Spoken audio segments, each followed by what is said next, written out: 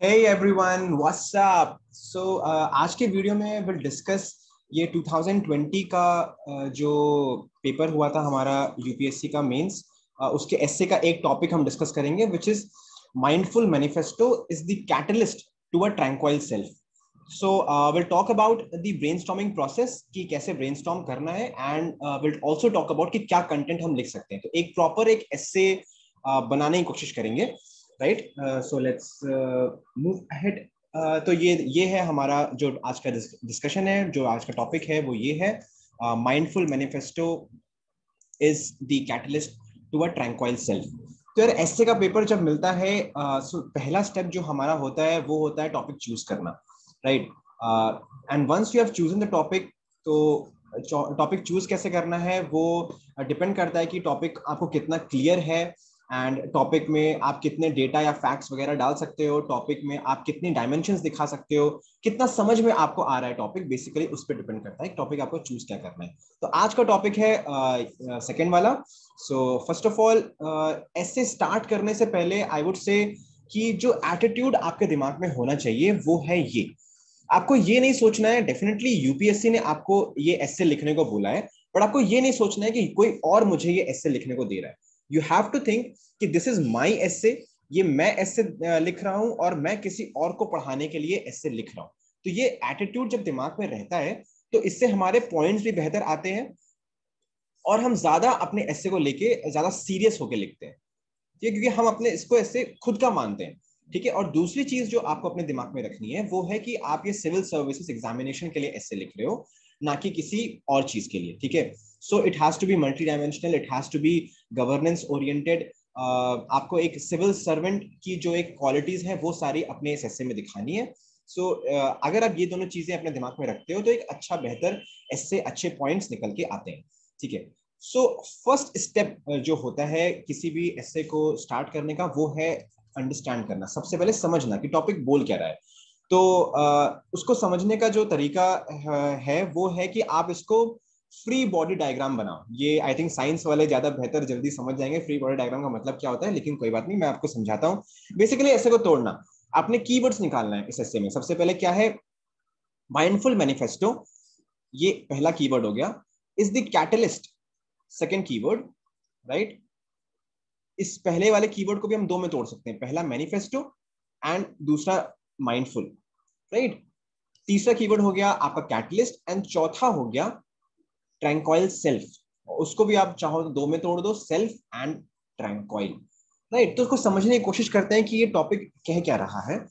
ये कह रहा है कि माइंडफुल मैनिफेस्टो अगर हम करें या फिर जो भी है, mindful manifesto is a catalyst to a tranquil self. कहने का मतलब है कि ट्रैंक्वाइल सेल्फ पाना है अगर हमें, तो माइंडफुल मैनिफेस्टो उसके लिए एक कैटलिस्ट का काम करेगा. ट्रैंक्वाइल सेल्फ क्या होता है? सबसे पहले सेल्फ क्या है, उसमें हम कह सकते हैं कि हम खुद हो सकते हैं, इंडिविजुअल लेवल हो सकता है, लोकल सोसाइटी हो सकती है, नेशनल लेवल हो सकता है या फिर ग्लोबल लेवल हो सकता है. और ये मैं ऐसा क्यों कह रहा हूं, क्योंकि आपको यूपीएससी के एस्से को एक ब्रॉड लेवल में समझना होता है.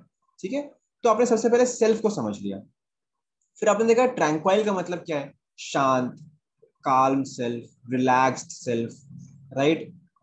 Without any doubts, without any anxiety.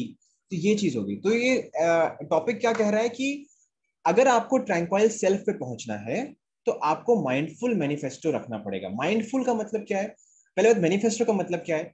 Manifesto का मतलब वही आपके टारगेट्स, आपके गोल्स है ना, आपके प्रिंसिपल्स वगैरह, ये सब मैनिफेस्टो का मतलब है. और फिर वो माइंडफुल होना चाहिए. राइट, एंड अगर आप ये रखते हो तो वो एक कैटलिस्ट का काम करे. कैटलिस्ट का काम क्या होता है, केमिस्ट्री वाले तुरंत समझ जाएंगे कि रिएक्शन को जल्दी करना, आप जल्दी ट्रैंक्वाइल सेल्फ पे पहुंच जाओगे. So that is the whole essay कि अगर हमको ट्रैंक्वाइल सेल्फ पे पहुंचना है, ये हमारा क्या है, गोल.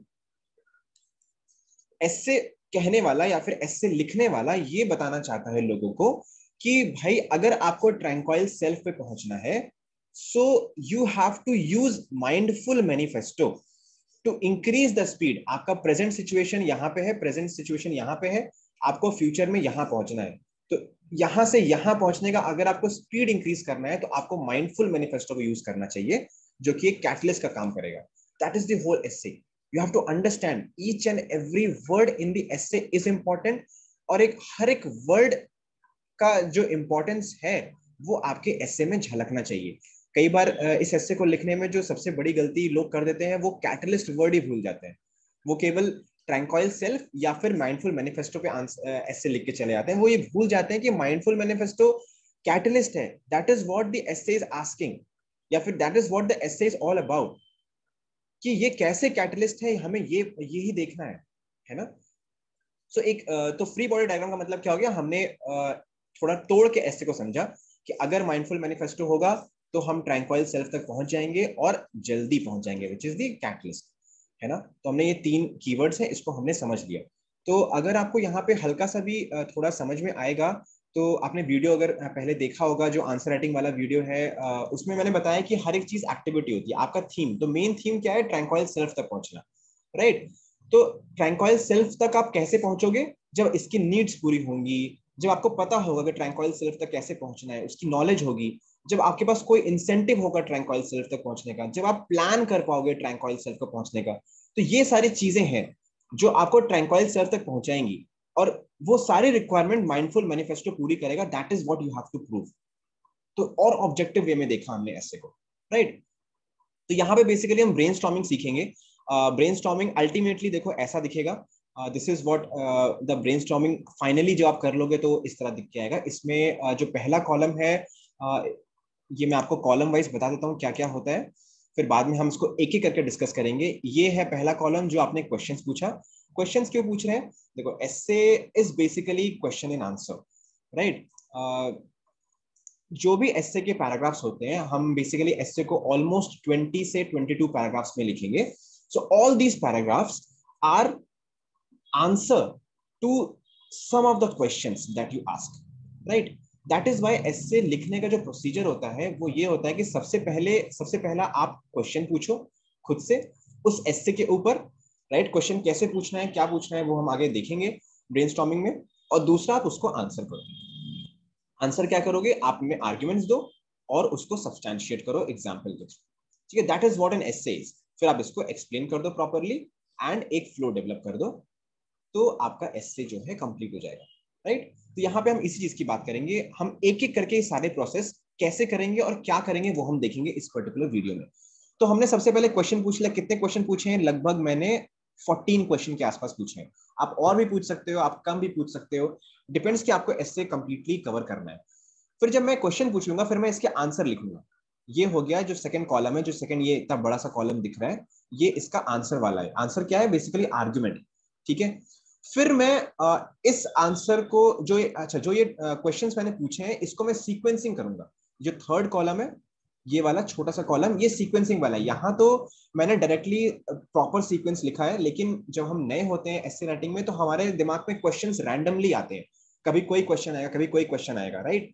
तो हमें उसको फिर सीक्वेंस बनाना पड़ता है कि हम अपने एसे में किस तरह से उसका सीक्वेंस बनाएंगे. सो ये सीक्वेंसिंग वाला है. फिर जो ये फोर्थ कॉलम दिख रहा है छोटा सा, ये वाला कॉलम, इसमें हमने करा है कि किस पर्टिकुलर क्वेश्चन को हम कितना स्पेस अपने एसे में देंगे, राइट. ये आप रिप्रेजेंट कर सकते हो इन टर्म्स ऑफ पैराग्राफ. जैसे यहाँ पे 20 से 22 पैराग्राफ्स आपको निकालने हैं, तो आप किस पर्टिकुलर क्वेश्चन को कितने पैराग्राफ दे रहे हो, या फिर किस पर्टिकुलर क्वेश्चन को कितने पेजेस दे रहे हो, क्योंकि अल्टीमेटली आपको 10 to 11 पेजेस में लगभग ऐसे खत्म हो जाता है. तो उसी तरह से बेसिकली 22 पैराग्राफ्स में खत्म हो जाए, क्योंकि एक पेज पे आप 2 पैराग्राफ लगभग लिखोगे. That is how you should write an essay, थोड़ा सा विजिबिलिटी होने के लिए, राइट. अब ये जो 5वां कॉलम है किनारे में एकदम, ये आपका एग्जाम्पल वाला कॉलम है. ये आपकी रैंडम थिंकिंग है कि कैसे जो ये एग्जाम्पल्स हमने यहाँ पे लिखना था ना, वो हम कौन से एग्जाम्पल लिखेंगे, right. So you will randomly think about different, और ये एग्जाम्पल सोचेंगे कैसे वो हम आगे देखेंगे. बट अभी मैं आपको ये कॉलम्स समझा दिया है कि क्योंकि बार बार हमें अल्टीमेटली इस जगह पे पहुंचना है, ठीक है. तो एक एक करके अब हम स्टार्ट करते हैं. तो सबसे पहली चीज है क्वेश्चन पूछना. तो टॉपिक आपको पता है कि माइंडफुल मैनिफेस्टो, हम टॉपिक क्या है, हमें फ्री बॉडी डायग्राम पता है कि mindful manifesto, just a minute, mindful manifesto is the catalyst for a tranquil self. तो इस पे आप क्या क्या क्वेश्चन पूछोगे. देखो सबसे पहले एसे का जो स्ट्रक्चर होता है वो होता है कि आप कनेक्ट कैसे बैठा रहे हो एग्जामिनर के थ्रू। जो पहला पैराग्राफ होगा इंट्रोडक्शन वाला, उसका जो पहला कंपोनेंट होगा वो है कि आपको एग्जामिनर से कनेक्ट बैठाना है कि उसे ऐसे पढ़ने का मन करे। पहले आपने अट्रैक्ट कर लिया। फिर आप दूसरा जो क्वेश्चन पूछोगे, देखो वो होगा व्हाट्स हैपनिंग, कि भाई दुनिया में हो क्या रहा है, क्यों मैं इस हिस्से के बारे में बात कर रहा हूँ। ठीक है, सो द पॉइंट इज कि आप इसको ऐसा समझो कि ये आप हो, है ना, और ये आपका एग्जामिनर है। ये एग्जामिनर आपके पास आया है कि भाई मुझे इस टॉपिक पे एस्से लिख के दो। तो क्यों आया है वो, है ना, क्योंकि दुनिया में कुछ हो रहा है, कोई चीज दुनिया में हो रही है जिसको और समझने के लिए वो आपसे एस्से लिखवा रहा है। राइट, उसे कुछ चीजें पता है ना, व्हाट्स हैपनिंग उसे पता है, वो और समझना चाहता है इस एस्से को कि ऐसा क्यों हो रहा है। तो इसलिए वो आपके पास एस्से लिखवाने आया। तो आप सबसे पहले बताओ व्हाट्स हैपनिंग। ठीक है, थर्ड आप बताओगे कि why this particular topic is important. दुनिया में चीजें हो रही हैं, दुनिया में तो बहुत सारी चीजें हो रही हैं, लेकिन हमने इसी टॉपिक को क्यों उठाया, यही टॉपिक क्यों इंपॉर्टेंट है। ठीक है, और फोर्थ आप बात करोगे कि फिर तो आप थीसिस और एंटीथीसिस के बारे में बात कर लेते, ये हमारा इंट्रोडक्शन होता है basically. So that is the question. हम मैं बताना क्या चाह रहा हूँ कि यही क्वेश्चन है, what is happening, this is the question you are asking to the essay. लेकिन ये कोर पार्ट नहीं है एस्से का, ये केवल स्टार्ट देने के लिए क्वेश्चन है, but ultimately every paragraph is an answer to a question. तो पहला क्वेश्चन जो आप पूछोगे वो क्या, what's happening in the world, और अगर वो हो भी रहा है तो वही क्यों इंपॉर्टेंट है। और जब वो इंपॉर्टेंट है तो मैं आपको आगे कोर बॉडी में एक्सप्लेन करूंगा कि कैसे एक्सप्लेन करूंगा उस टॉपिक को। ठीक है, तो क्वेश्चंस कहां से निकल के आ रहे हैं, जो फंडामेंटल 2 जिसकी बात हमने आंसर राइटिंग वाले सीरीज में वीडियो 3A में किया था।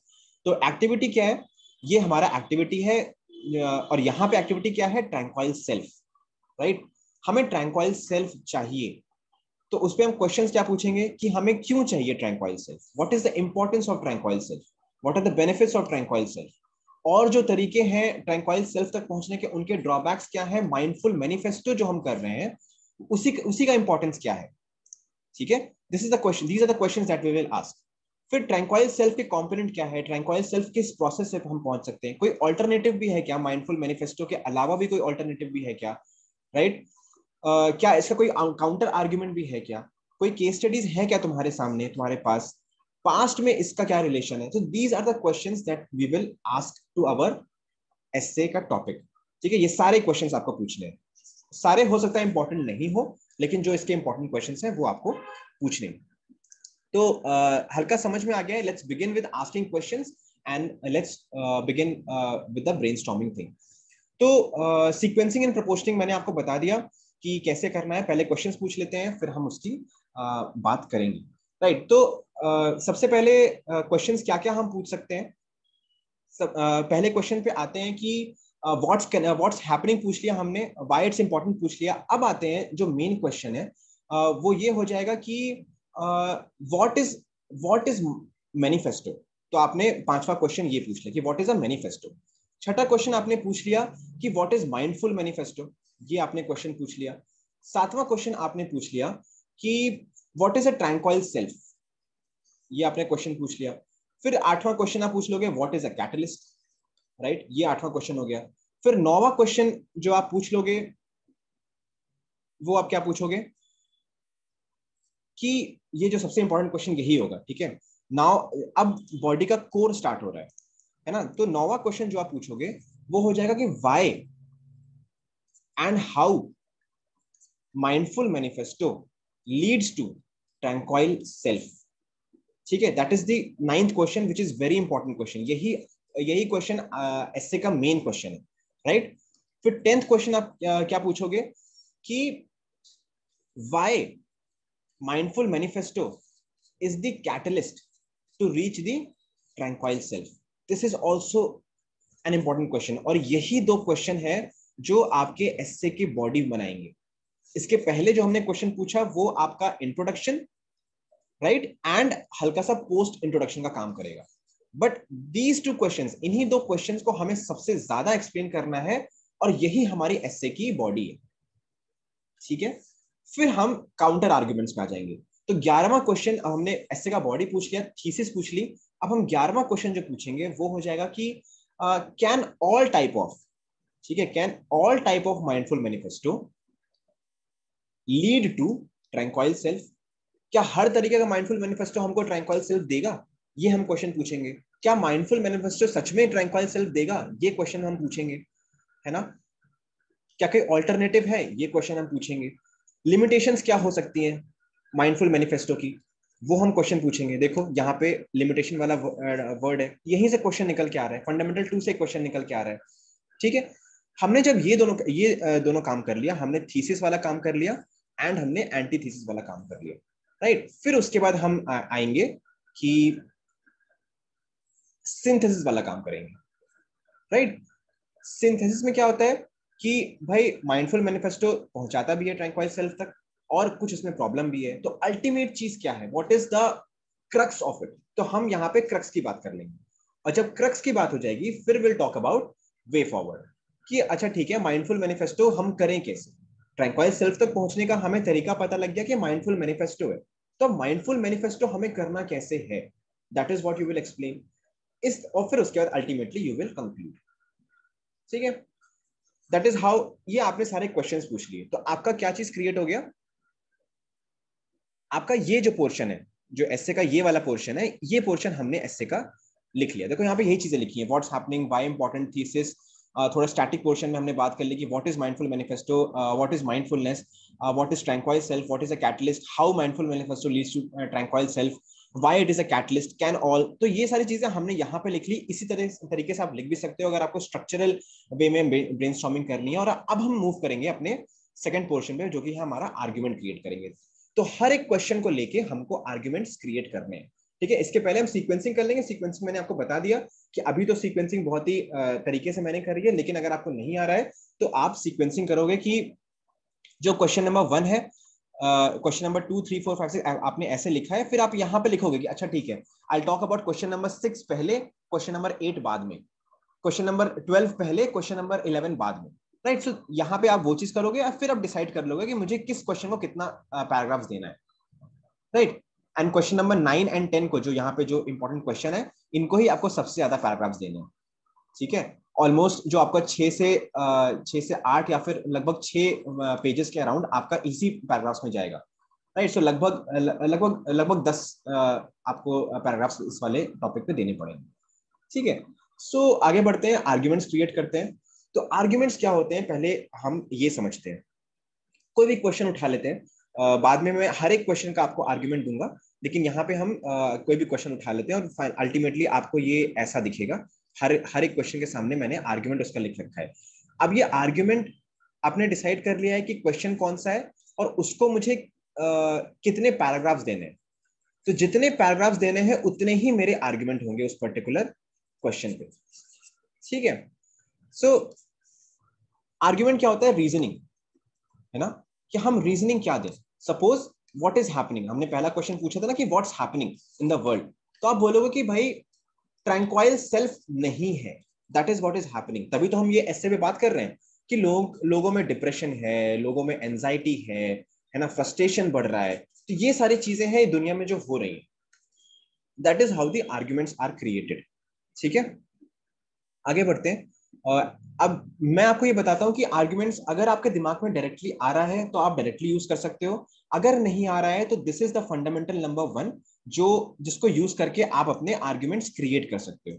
कोई चीज अगर हो रही है तो क्यों हो रही है, because of the needs, because of the knowledge, कि हमें पता है वो चीज कैसे करनी है, या फिर हमें कोई चीज करनी है तो हमें उसके लिए इंसेंटिव देना पड़ेगा। ठीक है, हमें उसको प्लान करना पड़ेगा, हमें उसको मॉनिटर करना पड़ेगा। तो this is how you will create the arguments, right. So fundamental number 1 मैं वापस से एक्सप्लेन नहीं कर रहा हूं क्योंकि ऑलरेडी मैं वीडियो 3A में जो आंसर राइटिंग है उसमें मैं एक्सप्लेन कर चुका हूं। तो अब एक एक तरीके से हम जितने भी क्वेश्चंस हमने बनाए थे, लगभग 13 से 14 क्वेश्चंस जो मैंने आपको दिखाया, उसका एक एक करके हम आर्ग्यूमेंट्स क्रिएट करना चालू करते हैं, फिर उसमें जो हमें कंटेंट लिखना है वो हम डेवलप करते हैं। सो पहला, अब जो इंट्रोडक्शन है वो आप बाद में भी प्रिपेयर कर सकते हो, बट यहाँ पे मैं सीक्वेंस में चल रहा हूँ। पहला मैंने आपको बोला कि आपको कनेक्ट एस्टैब्लिश करना है एग्जामिनर से, that is the first thing, right. So connect कैसे कर सकते हैं कि यार एग्जामिनर को एकदम, तो आप बुद्धा की स्टोरी से स्टार्ट कर सकते हो। ठीक है, क्योंकि माइंडफुलनेस और ट्रैंक्वाइल सेल्फ ये दिमाग में आती सबसे पहले चीज बुद्धा ही आते हैं। ठीक है, आप यहाँ से स्टार्ट कर सकते हो, या फिर कोई आप एक हाइपोथेटिकल स्टोरी से स्टार्ट कर सकते हो कि कोई एक इंसान है जो पहले बहुत ही खराब हुआ करता था, राइट। उसने फिर माइंडफुलनेस वगैरह किया तो ही reach to a tranquil self, right, some kind of story you can start with, या फिर किसी पर्टिकुलर डेटा से भी। कभी कभी क्या होता है, कनेक्ट करने का तरीका ही होता है कि डेटा से स्टार्ट कर लो, जो हमारा नेक्स्ट हेडिंग है ना, व्हाट्स हैपनिंग वाला, तो यहीं से भी स्टार्ट कर सकते हो, यहाँ से भी डायरेक्टली कनेक्ट स्टैब्लिश हो जाएगा कि भाई दुनिया में, जैसे मैंने बात की कि दुनिया में डिप्रेशन है, तो आप यहाँ पे डेटा दो कि इंडिया की अगर हम बात करें, so almost 20% people in the age group of 10 to 17, ये अच्छा, और आप नोट्स बनाते रहो साथ साथ में, ठीक है, जो मैं यहाँ पे लिख रहा हूँ आप उसके नोट्स खुद से बनाते जाओ, जिस सीक्वेंस में आपको बता रहा हूँ, राइट। और नीचे टाइम स्टैम्प्स भी दिए हुए हैं डिस्क्रिप्शन में, आप उसको भी यूज कर सकते हो। सो ये डेटा लिख सकते हो कि 20% लोग जो है वो 10 to 17 एज ग्रुप में इंडिया में they are suffering from depression, या फिर 197 मिलियन लोग इंडियंस जो हैं they are suffering from depression. तो this is the data that you can write, क्योंकि आपको पता है कि हमें इसका केवल एक ही पैराग्राफ लिखना है, ज्यादा एक्सप्लेन नहीं करना है इस चीज को, क्योंकि ये हमारा एसे का कोर पार्ट नहीं है, कोर को ज्यादा एक्सप्लेन करना है, ठीक है। तो एक ही पैराग्राफ लिखना है, एक पैराग्राफ में आप 1 से 2 डेटा आप लिख सकते हो इस चीज को, ये बताने के लिए कि भाई दुनिया में हो क्या रहा है। नेक्स्ट टॉपिक पे, नेक्स्ट क्वेश्चन पे आओगे कि भाई ये टॉपिक इंपॉर्टेंट क्यों है, अगर डिप्रेशन हो रहा है तो उससे क्या प्रॉब्लम हो रही है, होने दो, नहीं, right, depression is a problem. और वही आपको यहाँ पे लिखना है कि ट्रैंक्वाइल सेल्फ, ये जो टॉपिक है, ये जो एस्से टॉपिक है कि mindful manifesto is a catalyst to a tranquil self, ये पूरा एस्से टॉपिक क्यों इंपॉर्टेंट है, उसके लिए आपको एक पैराग्राफ लिखना है। इस पैराग्राफ में आप क्या लिखोगे, आप लिखोगे कि यार क्योंकि इतनी सारी डिप्रेशन हो रही है, क्योंकि इतना सारा एंजाइटी वगैरह दुनिया में हो रहा है एंड इंडिया में हो रहा है, तो इसका फर्क हमारे हेल्थ पे पड़ रहा है, जो हमारा डेमोग्राफिक डिविडेंड है उस पर पड़ रहा है, जो हमारी इकोनॉमी है उस पर पड़ रहा है, because people are not productive, है ना, हमारा हेल्थ का बर्डन, जो हेल्थ का इकोनॉमिक बर्डन है, आउट ऑफ पॉकेट एक्सपेंडिचर वगैरह है, ये सब बढ़ रहा है, सुसाइड केस बढ़ रहे हैं। तो वैसे तो आपको एक ही पैराग्राफ लिखना है यहाँ पे, but you can give example कि यार सुशांत सिंह राजपूत का जो बहुत ही सैड एग्जाम्पल है, आप उस चीज का एग्जाम्पल दे सकते हो। सो अब यहाँ पे इंपॉर्टेंट यार, हम इसीलिए आप लिखोगे कि दैट इज वाई, एंड कैसे करोगे इस पैराग्राफ को, कि क्योंकि ये सारी चीजें हो रही है और ये सारे इसके इम्पैक्ट हो रहे हैं, that is why it is important to understand the importance of mindfulness, the importance of mindful manifesto to reach a tranquil self. That is why it is important to reach a tranquil self, कि हम peaceful रह पाए, है ना। अब आता है कि ये हमें समझाते हैं कि माइंडफुलनेस का इंपॉर्टेंस है, ट्रैंक्वाइल सेल्फ तक पहुंचने का इंपॉर्टेंस है। अब हम नेक्स्ट वाले जो हमारा क्वेश्चन होगा वो हम बताएंगे कि माइंडफुलनेस कैसे ट्रैंक्वाइल सेल्फ तक पहुंचाएगा, that is the core essay. Mindfulness का importance is not core essay, tranquil self का importance is not core essay. Core essay is कि माइंडफुल मैनिफेस्टेशन कैसे कैटलिस्ट बनता है ट्रैंक्वाइल सेल्फ तक पहुंचने का, ठीक है। तो आगे हम यही करेंगे।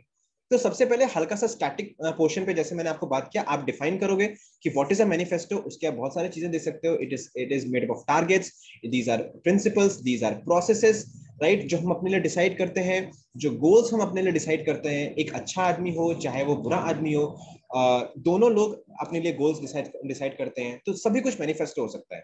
बट फिर उसके बाद आप थोड़ा सा ये एक्सप्लेन करोगे, फिर आप पहला पार्ट में, सेकंड आप एक्सप्लेन करोगे यार माइंडफुल मैनिफेस्टो क्या होता है, ठीक है, मैनिफेस्टो हमने देख लिया, but what is mindful manifesto, right. तो उसको आप एक्सप्लेन करोगे यार जो चीज सोच समझ के हमने हमने मैनिफेस्टो बनाया, क्या सोच समझ के मतलब होलिस्टिक वे में मैनिफेस्टो बनाया, हमने उसके एडवांटेजेस एंड डिसएडवांटेजेस दोनों देखे हैं, हमने उसके केस स्टडीज देखा है कि यार ये टारगेट बनाने, किसने, किसी और ने ये टारगेट बनाया है क्या, वो इस टारगेट पे पहुंच पाया है क्या, किस तरह से पहुंचा है, राइट, ये चीज हमने देखा है, उसके बाद हमने अपने टारगेट्स डिसाइड किए, राइट। सो माइंडफुल होके मतलब हर चीज अवेयर होके, माइंडफुलनेस का मतलब क्या होता है, माइंडफुलनेस का मतलब क्या होता है, अवेयरनेस, जो चीज जैसी है उसको हमने वैसी देखी है, अनबायस्ड मैनर में, ठीक है, we have seen the positives and the negatives both, अपने इमोशंस को कंट्रोल करते हुए। तो इसके लिए इस चीज पे what is mindfulness, what is manifesto and what is mindful manifesto, इस पे आप एक पैराग्राफ लिख सकते हो, ठीक है। यहाँ मैं एक्सप्लेन ज्यादा कर रहा हूँ, but you have to write just one paragraph because this is not the core of this. फिर आप आओगे, जो आपने नेक्स्ट क्वेश्चन पूछा था कि what is a tranquil self, right, तो इस चीज पे क्वेश्चन पूछोगे, इस चीज का आंसर करोगे, what is a tranquil self, जैसे मैंने आपको पहले बताया कि सेल्फ क्या होता है वो हल्का सा बता दो, ठीक है, ट्रैंक्वाइल क्या होता है, काम होना, रिलैक्स होना, डाउट नहीं होना, बिलीफ रहना, ये सारी चीजें ट्रैंक्वाइल सेल्फ में, इसमें आप एग्जाम्पल दे सकते हो। अगर आपने स्टार्टिंग में बुद्धा का स्टोरी यूज किया तो यहाँ पे दोबारा से बुद्धा मत यूज करना, किसी और का एग्जाम्पल दे देना, पतंजलि वगैरह का एग्जाम्पल दे देना, किसी भी और का एग्जाम्पल दे देना, कोई अपने नॉर्मल लाइफ से भी एग्जाम्पल दे सकते हो, कोई इंसान जो आपको लगता है कि बहुत ही शांत रहता है, कोई पॉलिटिशियन बहुत शांत रहता है, कोई ब्यूरोक्रेट का एग्जाम्पल आपको पता है कि बहुत शांत रहता है, तो आप यहाँ पे उसका एग्जाम्पल दे सकते हो। तो हर एक पैराग्राफ में आपको अपने आर्ग्यूमेंट्स एंड आपको एग्जाम्पल देना ही देना है, ठीक है। That is what will make it holistic, right. फिर आप नेक्स्ट क्वेश्चन पे जाओगे कि व्हाट इज अ कैटलिस्ट, तो यू विल एक्सप्लेन कि एक कैटलिस्ट क्या होता है। तो यू कैन से कि वो चीज जो रिएक्शन को या फिर हमें अपने प्रेजेंट सिचुएशन से फ्यूचर वाले सिचुएशन तक पहुंचने में हेल्प करता है, इसको स्पीड अप करता है, that is what a catalyst is. उसका एग्जांपल आप केमिस्ट्री से उठा के भी दे सकते हो, बट आप एक नॉर्मल एग्जांपल दे सकते हो कि फॉर एग्जांपल अगर एक बच्चा है, suppose there is a child, और उसको हमने अच्छा गाइडेंस दिया, है ना, सो वो एक अच्छा इंसान बन सकता है, and this guidance will act as a catalyst, right. तो एक कैटलिस्ट का हमने एक एग्जांपल दे दिया, शॉर्ट में देना है, बहुत ही शॉर्ट में देना है, because you just have one paragraph, you just have two paragraphs for entire this thing, पूरा स्टैटिक वाला mindful manifesto plus tranquil self plus जो आपका स्टैटिक वाली चीज, जो आपका ये कैटलिस्ट वाला चीज है, इस चीज के लिए आपके पास केवल दो पैराग्राफ में या फिर एक पेज में आपको कंप्लीट करना है। अब हम आते हैं ऐसे के मेन आर्ग्यूमेंट, मेन क्वेश्चन पे कि व्हाई या फिर how mindful manifesto leads to tranquil self. यहाँ पे आपको ढेर सारे आर्ग्यूमेंट्स देने हैं। तो आप जो आपने सीक्वेंसिंग करी थी लास्ट में, सबसे पहले आपको याद होगा, जब हमने ऐसे दो कॉलम छोटे छोटे बनाए थे, यहाँ पे हमने 1 2 3 4 लिखा था, यहाँ पे हमने डिसाइड किया था कितने पैराग्राफ्स, ठीक है। तो इस पैराग्राफ में आपने ऑलरेडी डिसाइड कर रखा है कि मुझे कितने आर्ग्यूमेंट्स देने हैं। तो फॉर एग्जाम्पल मैंने अपने वाले में डिसाइड किया कि I have to give 6 arguments for ये वाला क्वेश्चन, ठीक है। What is the next question that will talk about कि why mindful manifesto is a catalyst for tranquil self. तो इस चीज के लिए मैंने रखा कि भाई आई विल गिव 2 आर्ग्यूमेंट्स या फिर आई विल गिव 3 आर्ग्यूमेंट्स, तो टोटल 9 to 10 आर्ग्यूमेंट्स हम यहाँ पे डालेंगे, बेसिकली 9 to 10 पैराग्राफ्स यहाँ पे डालेंगे, right, because this is the core of the S. तो अब ये 6 आर्ग्यूमेंट्स क्या होंगे उस पर डिस्कशन करना है, राइट। तो अब ये सोचो कि थोड़ा समझो, यहाँ समझते हैं यहाँ पे कि ट्रैंक्वाइल सेल्फ तक पहुंचना है ना, और हमें हमें प्रूव करना है कि माइंडफुल मैनिफेस्टो हमको ट्रैंक्वाइल सेल्फ तक पहुंचाएगा। सो आर्ग्यूमेंट्स या तो दिमाग में आना तुरंत चालू हो जाना चाहिए, अगर तुरंत आ रहा है तो अच्छी बात है, आप वो आर्ग्यूमेंट्स लिखो, अगर नहीं, मतलब रीजनिंग लिखो, अगर नहीं आ रहा है तो you can use fundamental number 1। तो क्या होगा, ट्रैंक्वाइल सेल्फ तक पहुंच रहे हैं, इसका मतलब इसकी नीड्स फुलफिल हो रही होंगी, ठीक है, इसके इसके इसको इसके तक पहुंचने तक का हमारे पास नॉलेज होगा, ठीक है, हम इसको प्लान कर पा रहे होंगे, हम इसको मॉनिटर कर पा रहे होंगे, हमारे पास कोई इंसेंटिव होगा ट्रैंक्वाइल सेल्फ तक पहुंचने का।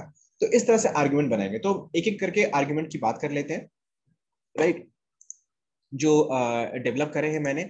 आप कोई भी अपने हिसाब से आर्ग्यूमेंट बना सकते हो, पर सॉलिड आर्ग्यूमेंट होने चाहिए। और आर्ग्यूमेंट का एक और चीज है कि वो सारे डिफरेंट होने चाहिए एक दूसरे से।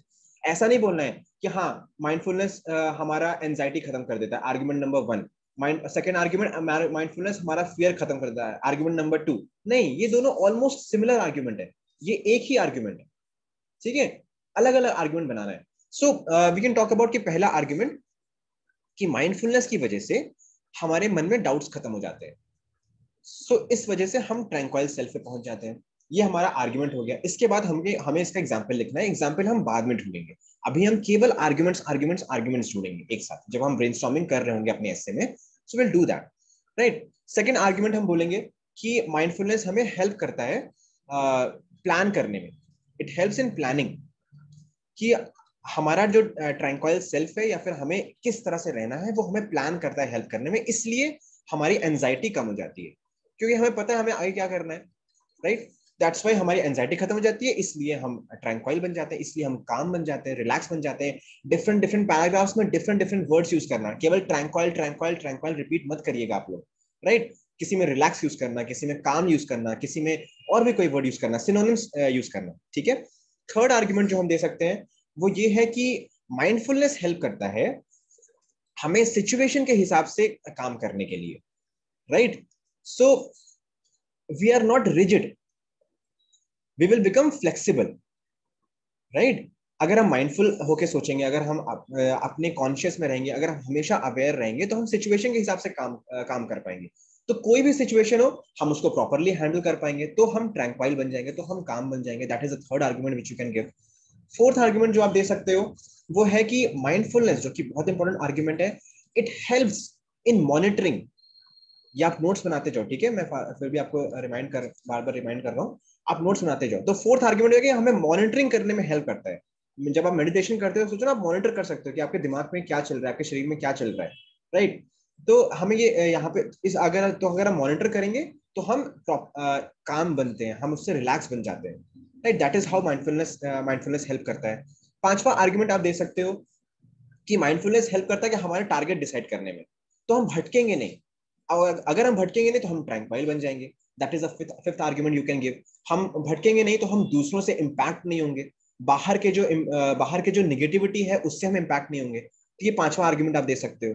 छठा आर्ग्यूमेंट आप क्या दे सकते हो कि माइंडफुलनेस जो है वो हाँ, वो एक एनवायरनमेंट क्रिएट करता है, राइट। एक एनवायरनमेंट क्रिएट करता है एंजाइटी फ्री होने का।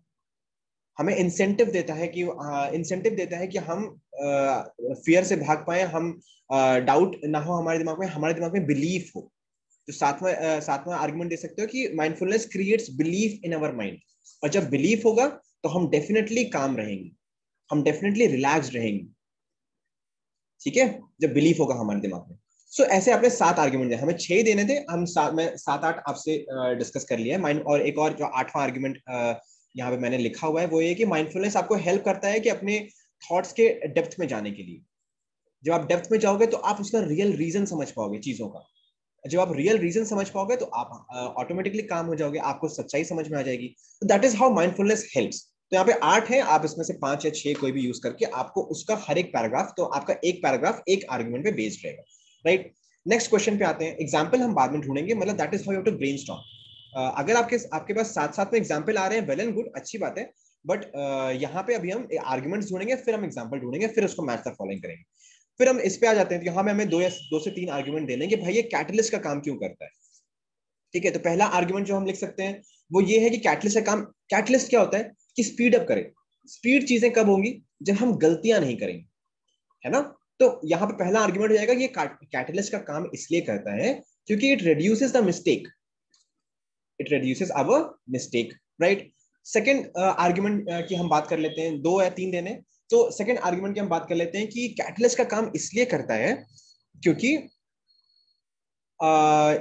ये हमें जो आउटसाइड वॉइसेस हैं या फिर आउटसाइड की निगेटिविटी है उससे बचाता है। तो अगर हम निगेटिविटी से बचे रहेंगे सो हम जल्दी आगे बढ़ेंगे। That is how it acts as a catalyst, ठीक है। So these are the 2 arguments which you can give. तो यहाँ पे ये हो गया। अब हम चलते हैं अपने एंटीथेसिस पे, राइट। तो विल टॉक अबाउट कि क्या सारे टाइप के माइंडफुलनेस, और ये बहुत ही इंपॉर्टेंट सेगमेंट होता है हमारा, ठीक है।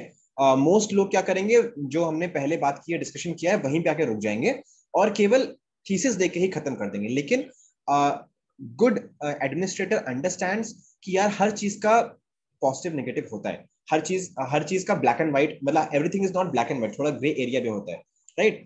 सो यहाँ पे हम काउंटर आर्ग्यूमेंट्स की बात करेंगे। तो पहला काउंटर क्वेश्चन क्या पूछेंगे, क्या क्या सभी टाइप का माइंडफुलनेस वो हमें ट्रैंक्वाइल सेल्फ देगा। तो यहाँ हम एग्जांपल के थ्रू बात करते हैं कि सपोज एक टेररिस्ट है, राइट। वो भी बहुत सोच समझ के अपने अंदर सारे अपने प्रिंसिपल्स, सारे अपने वैल्यूज को यूज करके वो एक टारगेट बनाता है कि मुझे इंडिया पे अटैक करना है, और वो प्रॉपरली कन्विंस्ड होता है, ठीक है। वो जल्दबाजी में ये काम नहीं करता, वो केवल इमोशंस में काम नहीं करता, वो एक प्रॉपर टारगेट बनाता है अपने अटैक करने का। सो वो भी माइंडफुल होकर काम कर रहा है, अवेयर होकर काम कर रहा है, उसे वही करना है। बट क्या ये माइंडफुलनेस ट्रैंक्वाइल सेल्फ तक पहुंचाएगी? That is the question we have to ask. तो यहाँ पे जो एरिस्टोटल है, या फिर आई थिंक कोई और फिलोसोफर था, आई थिंक एरिस्टोटल थे, जिन्होंने बोला था कि अगर आप सही चीज कर रहे हो तो पॉजिटिव इमोशंस क्रिएट होंगे आपके मन में, और अगर आप गलत चीज कर रहे हो तो नेगेटिव इमोशंस क्रिएट होंगे। So this is you know कि जो टेररिस्ट है उसके मन में एंगर ही रहेगा, है ना। उसके मन में वो प्योर जो हैप्पीनेस है वो नहीं रह सकती, चाहे वो कितना भी माइंडफुल होकर बात करे। So that is the first argument which we can give कि पहला जो काउंटर आर्ग्यूमेंट हम बोल सकते हैं कि केवल माइंडफुलनेस नहीं होना चाहिए, केवल माइंडफुलनेस से काम नहीं चलेगा, वो एक पॉजिटिव इंटेंट या पॉजिटिव डायरेक्शन में होना चाहिए, तभी उस माइंडफुलनेस का मतलब है। और इसका एग्जाम्पल में मैंने आपको डायरेक्टली बता दिया कि टेररिस्ट, ठीक है। सेकंड आर्ग्यूमेंट हम क्या बोल सकते हैं कि यार माइंडफुलनेस जब तक हम डिजायर दिमाग में रखेंगे, हम अगर अपने रिजल्ट पे फोकस करेंगे, तो भी अगर हम माइंडफुल होके भी काम कर रहे हैं तो भी हमारे अंदर एंजाइटी या फिर फ्रस्ट्रेशन क्रिएट होते रहेगा. So we have to work without desires. और यहाँ पे हम बुद्धा को कोट कर सकते हैं कि भाई बुद्धा ने यही कहा था कि desire is the biggest thing, कि जिसकी वजह से फ्रस्ट्रेशन वगैरह क्रिएट होती है, जिसकी वजह से सफरिंग क्रिएट होती है. तो यहाँ पे आप उसका एग्जाम्पल दे सकते हो. थर्ड जो हम पॉइंट लिख सकते हैं वो ये है कि हाँ, क्या यहाँ पे लिखते हैं कि यहाँ पे हम बोल सकते हैं क्या केवल माइंडफुल मैनिफेस्टो बनाने के बाद अगर हमने बहुत सोच समझ के अपने टारगेट बना लिए, बस बना के बैठ गए, क्या वो करने से हमें ट्रैंक्वाइल सेल्फ मिलेगा? नहीं मिलेगा, क्योंकि हमको क्या करना पड़ेगा, एक्शन भी लेना पड़ेगा. So mindful manifesto in itself is not sufficient. We have to take the action जो माइंडफुलनेस तक हमें पहुंचा, जो हमें ट्रैंक्वाइल सेल्फ तक पहुंचाएगा. ठीक है. So this is how you can create 3-4 counter arguments, और उस पर आप पैराग्राफ्स लिख सकते हो, 3 से 4 पैराग्राफ्स आप लिख सकते हो इस पे. राइट. फिर और भी काउंटर आर्ग्यूमेंट्स आप अपने मन से पूछ सकते हो कि यार किस टाइप का माइंडफुलनेस होना चाहिए, है ना. क्या माइंडफुलनेस से सभी को क्या हर इंसान माइंडफुलनेस कर सकता है, क्या क्या क्या हर इंसान मेडिटेशन कर सकता है, क्या हर इंसान शांत रह सकता है, या फिर और भी कोई ऑल्टरनेटिव तरीका है क्या. So you can talk about all these things, right, in the counter argument. ज्यादा स्पेस नहीं है इसलिए मैं आपको केवल एक्सप्लेन कर रहा हूँ, यहाँ पे बता रहा हूँ, क्योंकि इतने सारे पैराग्राफ्स आप नहीं लिख सकते हो. लेकिन आप अपने हिसाब से जो भी आपको समझ में आ रहा है उसके हिसाब से आपको, द पॉइंट इज कि आपको काउंटर आर्ग्यूमेंट लिखना ही लिखना है. राइट. आपने काउंटर आर्ग्यूमेंट लिख लिया, फिर आप बात करोगे सिंथेसिस की. सिंथेसिस की बात क्या होगी कि यार देखो माइंडफुलनेस तो करनी ही पड़ेगी, एक ही पैराग्राफ लिखना है यहाँ पे हमें. राइट. उसमें हम आर्ग्यूमेंट क्या देंगे कि भाई माइंडफुलनेस तो करना ही है, लेकिन वो एक पॉजिटिव डायरेक्शन में होनी चाहिए, वो डिजायर फ्री होनी चाहिए. Right. It has to be good, good mindfulness. तो वो एक आपका जो एक्स फैक्टर है वो आ गया. शायद बहुत कम बच्चे होंगे जो ये लिखे होंगे कि माइंडफुलनेस भी अच्छी होनी चाहिए.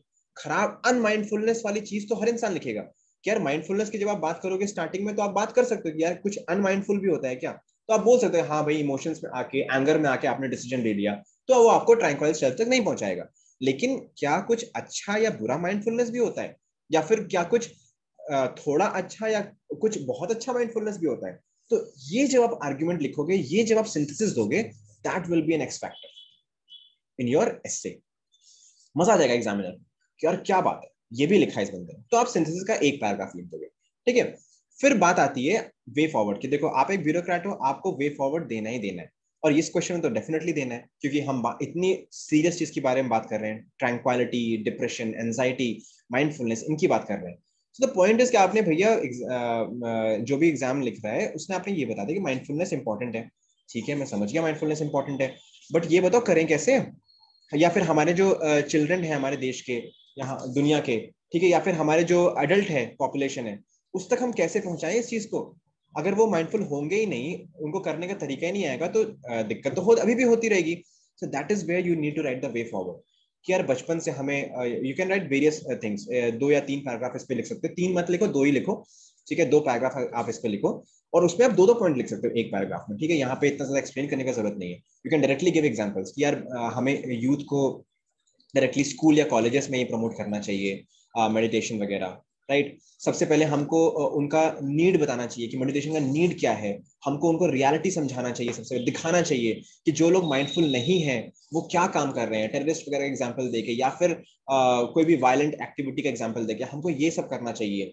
राइट. फिर उसके बाद हमको उनको क्वेश्चनिंग करना सिखाना चाहिए, क्योंकि the more they will question, the more depth में वो जाएंगे अपने पर्सनालिटी के, और उससे वहीं वो सबसे ज्यादा समझ पाएंगे वो क्या है, और उनको ट्रैंक्वाइल सेल्फ मिलेगा.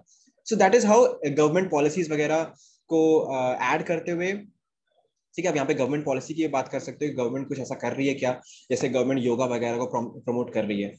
Right. You can right these examples. तो गवर्नमेंट पॉलिसीज लिख सकते हो, जो इंटरनेशनल लेवल पे कोई कुछ काम कर रहा है, कोई केस स्टडी है, तो आप वो अपने वे फॉरवर्ड में लिख सकते हो, but you have to write a way forward. Right. फिर उसके बाद आप कंक्लूजन कर लोगे. दैट इज हाउ कंक्लूजन कैसे करना है वो देखते हैं बाद में. अब बात आती है यार एग्जाम्पल. तो हमने अभी तक केवल एक पोर्शन बनाया है ना, हमने क्या क्या बनाया है, केवल एक ही पोर्शन बनाया है, विच इज दिस, ये जो आर्ग्यूमेंट वाला पोर्शन है. ठीक है, अब हमको इस वाले जगह पे जाना है. ठीक है, इस वाले जगह पे हमें एग्जाम्पल्स निकालने हैं. तो एग्जाम्पल्स की बात कर लेते हैं. तो एग्जाम्पल बनाने के 2 रास्ते हैं. पहला तो ये है कि आप जैसे जैसे आर्ग्यूमेंट बना रहे हो, आप वैसे वैसे एग्जाम्पल बनाते जाओ। और दूसरा ये है कि आप एग्जाम्पल अलग से करो, जैसे कि हम अभी कर रहे हैं। अगर आर्ग्यूमेंट के साथ साथ आपको एग्जाम्पल चमक रहा है तो वेल एंड गुड, आप उसको साइड में लिख सकते हो, ठीक है। सो ये दो तरीके हो गए। बट अब एग्जाम्पल मिलेंगे कहाँ से, उसके तीन टाइप के एग्जाम्पल हो सकते हैं। पहला तो आपने अपने जीएस के सिलेबस को यूज करके एग्जाम्पल निकाला, आपने सोचना स्टार्ट किया एंशिएंट पीरियड में, मेडिवल पीरियड में किसी ने माइंडफुलनेस करा है क्या, किसी को ट्रैंक्वाइल सेल्फ मिला है क्या। तो इस तरह से आप स्कैन करते जाओगे अपने जीएस के सिलेबस को। फिर आप टाइम जोन में देख लोगे कि यार पास्ट से लेकर प्रेजेंट में कुछ मिला। यहाँ पे तो आप सोसाइटी की बात सोशल वाले डायमेंशन में देख लोगे, पॉलिटी वाले डायमेंशन में देख लोगे, इकोनॉमी वाले डायमेंशन में देख लोगे, सिक्योरिटी वाले डायमेंशन में देख लोगे। ऐसे करके आप एग्जाम्पल्स ढूंढ लोगे, ठीक है। फिर आप पास्ट से लेकर प्रेजेंट तक जा सकते हो, right. And you can talk about कि ग्लोबल लेवल पे ये ILNJ लिखा है मैंने यहाँ पे, इसका मतलब है individual, local, national and global. तो क्या कोई ग्लोबल लेवल का एग्जाम्पल है हमारे पास, कोई नेशनल लेवल का एग्जाम्पल है, कोई लोकल लेवल का एग्जाम्पल है, या फिर कोई इंडिविजुअल लेवल का हमारे पास एग्जाम्पल है क्या। सो दैट इज हाउ, इस तरह से आप अपने दिमाग को स्कैन करके एग्जाम्पल्स निकाल सकते हो। और कितने एग्जाम्पल्स निकालने हैं, जितने पैराग्राफ्स हैं आपको हर एक पैराग्राफ में एग्जाम्पल देना है, जितने भी आर्गुमेंट वाले पैराग्राफ है, राइट। सो दैट इज 15 से 20 एग्जाम्पल निकाल लो। कुछ खराब भी होंगे, शायद कुछ यूज ना कर पाओ, फिर आपने वो एग्जाम्पल्स निकाले। सपोज फॉर एग्जाम्पल आपने सोचना स्टार्ट किया तो एक दिमाग में एग्जाम्पल आएगा, जो सचिन, जो मैंने लिखे हैं वो आपको बता देता हूँ मैं। सचिन का एग्जाम्पल आता है कि यार उसने 2003 का जो टेस्ट सीरीज था ऑस्ट्रेलिया का, उसमें उसने अपना कवर ड्राइव ही हटा दिया था, राइट, क्योंकि वो बार बार कवर ड्राइव पे आउट हो रहा था। तो यहाँ पे हमें दिखता है कि उसने माइंडफुली सोचा कि भाई क्या प्रॉब्लम आ रही है, माइंडफुली मैंने सोचा, उसने अपना टारगेट बनाया कि मुझे कवर ड्राइव नहीं करना है, एंड ही ट्रैंक्वाइल सेल्फ पहुंच गया, मतलब कि उसे सक्सेस मिल गई, ठीक है। वो एकदम आराम से खेल पा रहा था, अच्छा टूर निकल गया था उसका। सो ये बुक जो ऑटोबायोग्राफी है सचिन की, उसमें ये एग्जाम्पल दे रखा है। तो you can coat this book also, और साथ में आप एग्जाम्पल भी कोट कर सकते हो, तो आपका एकदम वेट दिखेगा आपका एग्जाम्पल की, भाई क्या बात है, मस्त एग्जाम्पल है। फिर बुद्ध का एग्जाम्पल ऑलरेडी हमें पता ही है। आप गांधी का एग्जाम्पल दे सकते हो, गांधी जी का एग्जाम्पल दे सकते हो कि हाउ ही यूजेस इट। फिर आप सुभाष चंद्र बोस का एग्जाम्पल दे सकते हो, जो उनकी मूवी थी, आई थिंक मैंने देखी थी, उसमें ही यूज्ड, वो मेडिटेट करते थे, ध्यान से सोचते थे, और उसके बाद फिर कोई भी स्टेप लेते थे जब वो इंडियन नेशनल आर्मी के पार्ट बने थे। तो this is example you can right, जो हिस्ट्री से निकल के आ रहा है, राइट। फिर आप ये भी एग्जांपल दे सकते हो कि हमारा कॉन्स्टिट्यूशन जो है वो भी माइंडफुली सोच के बनाया गया है। जो हमारे कॉन्स्टिट्यूशन मेकर हैं वो माइंडफुली सोच के ये कॉन्स्टिट्यूशन बनाया है, और इसीलिए आज इंडिया में हमें ट्रैंक्वाइल सेल्फ देखने को मिलता है कि हमारे सामने इतने सारे डाउट नहीं होते। डेफिनेटली डाउट होते हैं, but when we compare it with other countries जिनका कॉन्स्टिट्यूशन चल ही नहीं पाया है, लेकिन क्योंकि हमने अपना कॉन्स्टिट्यूशन प्रॉपरली सोच के बनाया था, इसलिए हमारा कॉन्स्टिट्यूशन आज तक चल रहा है और हम इसको यूज भी करते हैं। So you can give examples कि यार पिछले, आई हैड डेटा जो भी मुझे याद नहीं है, लेकिन पिछले कितने 70-80 सालों में या फिर 100-200 सालों में कितने सारे कॉन्स्टिट्यूशन है। जैसे श्रीलंका का कॉन्स्टिट्यूशन है, कितनी बार चेंज हुआ है, नेपाल का कॉन्स्टिट्यूशन कितनी बार चेंज हुआ है। तो ऐसे अफ्रीकन कंट्रीज है जहां पे कॉन्स्टिट्यूशन आता है जाता है। So you can give that example कि ध्यान से सोच के किया था, इसीलिए आज हम परेशान नहीं हो रहे, राइट। छठा एग्जाम्पल जो आप लिख सकते हो वो विवेकानंद का एग्जाम्पल लिख सकते हो, right. You can also write an example of NAM, ठीक है।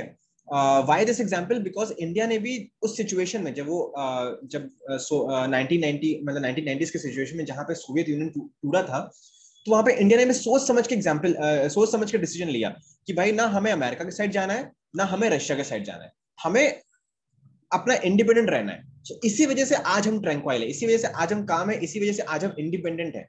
तो वो भी एक मतलब हो जाएगा ट्रैंक्वाइल सेल्फ का। तो that is how you broaden your understanding of tranquil self, कि इंटरनेशनल लेवल पे ले गए, नेशनल लेवल पे ले गए, राइट। सो नाम का एग्जाम्पल आप लिख सकते हो। आप फिर चिपको मूवमेंट का एग्जाम्पल लिख सकते हो कि वहां पे उन्होंने सोच समझ के किया and they got the results, ठीक है। फिर आप, या रिसेंट एग्जाम्पल एक है वो जो IAS ऑफिसर जिन्होंने रिजाइन किया, कनन गोपीनाथन। सो उनका एग्जाम्पल आप लिख सकते हो कि उन्होंने सोच समझ के डिसीजन लिया कि भाई मुझे गवर्नमेंट से रिजाइन करना है, because I am not able to follow the philosophy of government.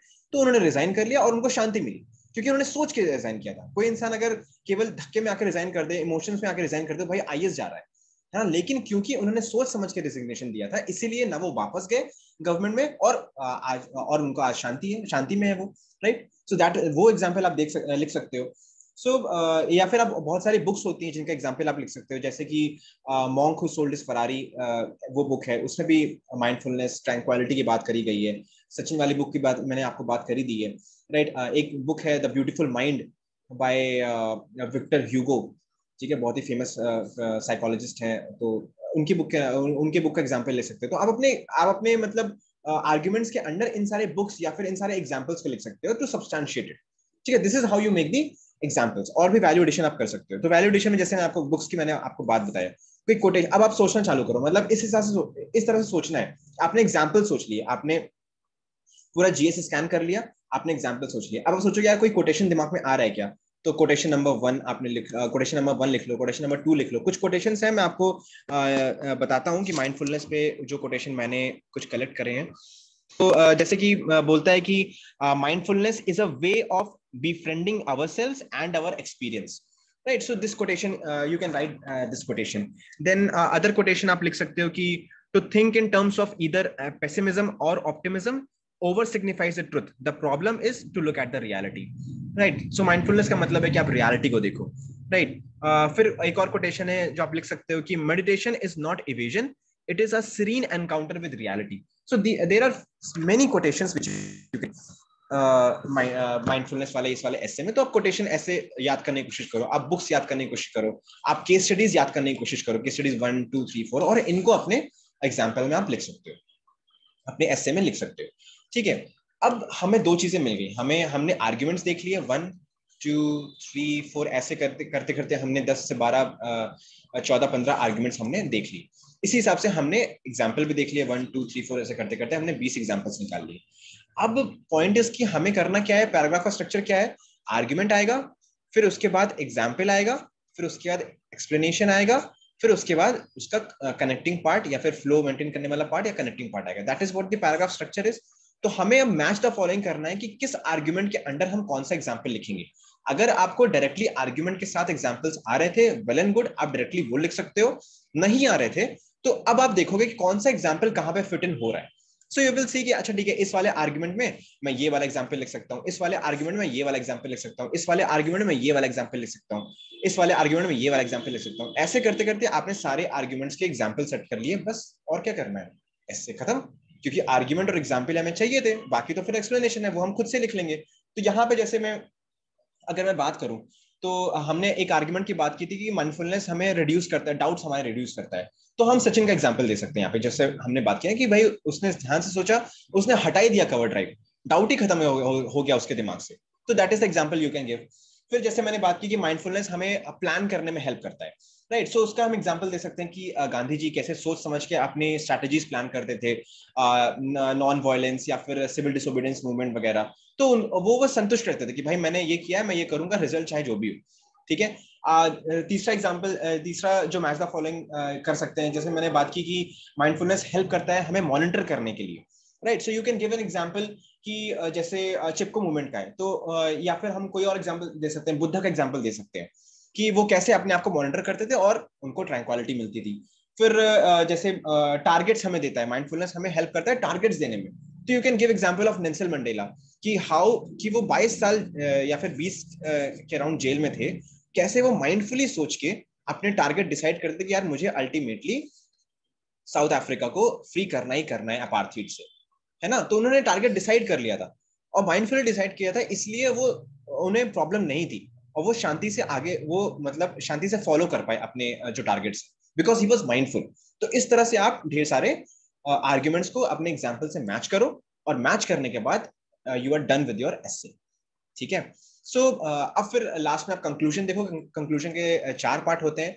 आप समरी लिख सकते हो, जो भी आपके पास हुआ क्या, आपके पास थीसिस आ गई, एंटी थीसिस आ गई, और इन सबको सपोर्ट करने के लिए आपने एग्जाम्पल को मैच द फॉलोइंग कर लिया, राइट। फिर आप इसी को आप समराइज कर दोगे, हल्का सा अपने वर्ड्स में रिपीट मत कर देना। सेकंड आप लिख दोगे कि अल्टीमेटली, क्योंकि आपने थीसिस एंड एंटी थीसिस लिख दी है यहाँ पे, so you will write about the synthesis कि भाई अल्टीमेटली करना कैसे चाहिए, ठीक है। Third you will write about conclusion में कि सो व्हाट, अगर मैंने ये समझ लिया कि माइंडफुलनेस जो होता है वो एज अ कैटलिस्ट यूज होता है हमारे ट्रैंक्वाइल सेल्स तक पहुंचने के लिए, सो मैं समझ के क्या करूंगा। तो इस क्वेश्चन को आपको आंसर करना है कि मैं समझ के ये करूंगा, भाई मैं माइंडफुलनेस करना चालू कर दूंगा, है ना। सभी इंडिविजुअल करना चालू कर सकते हैं, सोसाइटी लेवल पे हम करना चालू कर सकते हैं, और फिर हम अपने जो पॉलिसीज बनाए उसको माइंडफुल होकर सोचें, हम इंटरनेशनल पॉलिसीज बनाए उसको माइंडफुल होकर सोचें, और फोर्थ पार्ट जो होता है वो होता है अल्टीमेट फ्यूचर क्या होने वाला है कंक्लूजन का, कि यार अगर हमने ये सारी चीजें करी, अगर हम माइंडफुल होने लगे तो क्या होगा, तो वही peace and prosperity, everything, everyone be happy, तो बुद्धा वाला कोट लिख दो, बी हैप्पी करके, right? So that is how you can end your conclusion. So this was all about, I think, this essay. हमने बात कर ली कि कैसे हमें अपना क्वेश्चंस बनाना है सबसे पहले, राइट, और कैसे हमें आर्गुमेंट बनाना है. तो अब जब हमने ये सारी चीजें कर ली, हमारे पास क्वेश्चंस आ गए, हमारे पास आर्गुमेंट्स आ गए, हमारे पास एग्जांपल्स आ गए, तो अब हमें एसे लिखना है. उस पर कुछ बातें मैं आपको बता देता हूँ कि हैंड राइटिंग अच्छी रखना एसे में टाइम होता है, तो दे एक्सपेक्टेड.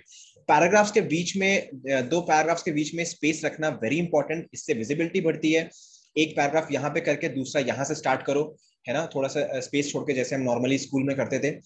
ऐसे को सिंपल रखो, बहुत ही फ्लावरी लैंग्वेज, बहुत ही टफ लैंग्वेज या फिर बहुत ज्यादा जार्गन्स, जो टेक्निकल जार्गन्स है वो यूज करने की जरूरत बिल्कुल भी नहीं है. ऐसे को सिंपल रखो, टफ मत बनाओ, and have passion in your language. ठीक है, और ये तब आएगा जब आप, मैंने आपको स्टार्टिंग में बताया था कि आपका एटीट्यूड एकदम फिक्स होना चाहिए कि मुझे कि ये मेरा ऐसे है, ये मेरा ऐसे कोई और इंसान पढ़ने वाला है, I have to be best in writing this essay, और ये सिविल सर्विसेज के लिए मैं ये ऐसे लिख रहा हूँ. So when you will have this attitude in your mind, तो डेफिनेटली आप एक अच्छा ऐसे लिख पाओगे, पैशन आएगा आपके लैंग्वेज में. ठीक है, और अल्टीमेटली ब्रेनस्टॉर्मिंग भी एक लिमिट का ही करनी है. ये नहीं कि मतलब हर चीज लिख लिया, क्योंकि अगर आप हर चीज लिखोगे तो आपकी क्रिएटिविटी खत्म हो जाती है ऐसे लिखते वक्त. So be creative while writing your essay, right? So थोड़ी बहुत ब्रेनस्टॉर्मिंग करो, अपने आर्ग्यूमेंट्स एग्जांपल सेट कर लो, फिर एकदम काम, चिंता बिल्कुल नहीं करनी है, अपने आप ऐसे फ्लो करके निकलेगा, राइट? सो आगे आपको क्या करना, अगर आपने नोट्स बना लिए हैं तो वेल एंड गुड, नहीं बनाए तो फिर से 2x स्पीड पे ये वीडियो देख के आप अपने नोट्स बना लो एंड राइट दिस एसे. ठीक है, जो आर्ग्यूमेंट्स मैंने दिए हैं, एग्जांपल्स मैंने दिए हैं, या फिर उनको यूज करके, या फिर सेल्फ खुद से आप आर्ग्यूमेंट्स बनाओ, सोचो कि कैसे आर्ग्यूमेंट्स बना सकते हैं, कैसे हम एग्जांपल ढूंढ सकते हैं, और बेहतर, मेरे से भी बेहतर एग्जांपल्स एंड मेरे से भी बेहतर आर्ग्यूमेंट्स निकाल के लाओ, एंड उस एसे को लिखो एंड देन पोस्ट करो, फिर विल चेक इट. ठीक है. सो लास्ट में यार, शेट का जो इकोनॉमिक सर्वे वाला कोर्स है, that is a very good course, वो आप डेफिनेटली ज्वाइन कर सकते हो. You will get to know कि क्या क्या इकोनॉमिक सर्वे में पॉइंट्स हैं. You can also join the mentorship of Shed. Arise नाम से मेंटरशिप है. It's beautifully design to address all your needs, right? And you can definitely get in touch with Shed through Telegram and WhatsApp. Number यहाँ पे दे रखा है. You can also follow Shed on Telegram and YouTube. I hope ये वाला एसे का जो analysis है वो आपको हेल्प किया होगा. इसको जाके आप लिखिए. And this was Abhinav Srivastava guys. Bye bye, have a good day. Thank you.